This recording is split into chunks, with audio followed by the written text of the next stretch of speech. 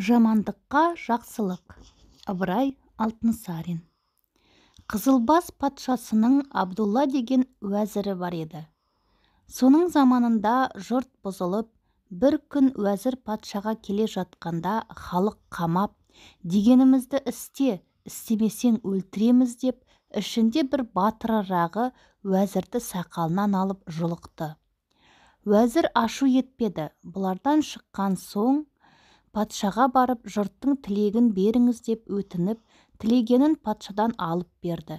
Және өзінің көрген кемшілігі үшін ешкімге жаза бермеңіз деп оны да тілеп алды.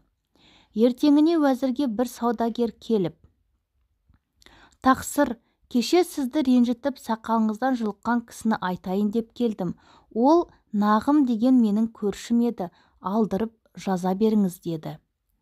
Бұл сөзді есіткен соң уәзір саудагерді қайтарып, Нағымды шақыртып алды.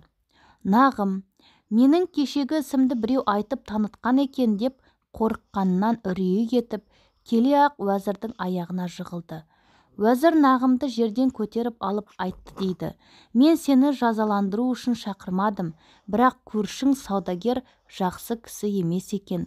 Сенің білместігіңді маған келіп айтты. Екінші рет ол көршіңнен сақтанып жүргенде екенсің. Соны айтайын деп шақырып едім, енді аман бол» деп ішкергі үйіне кіріп кетті дейді.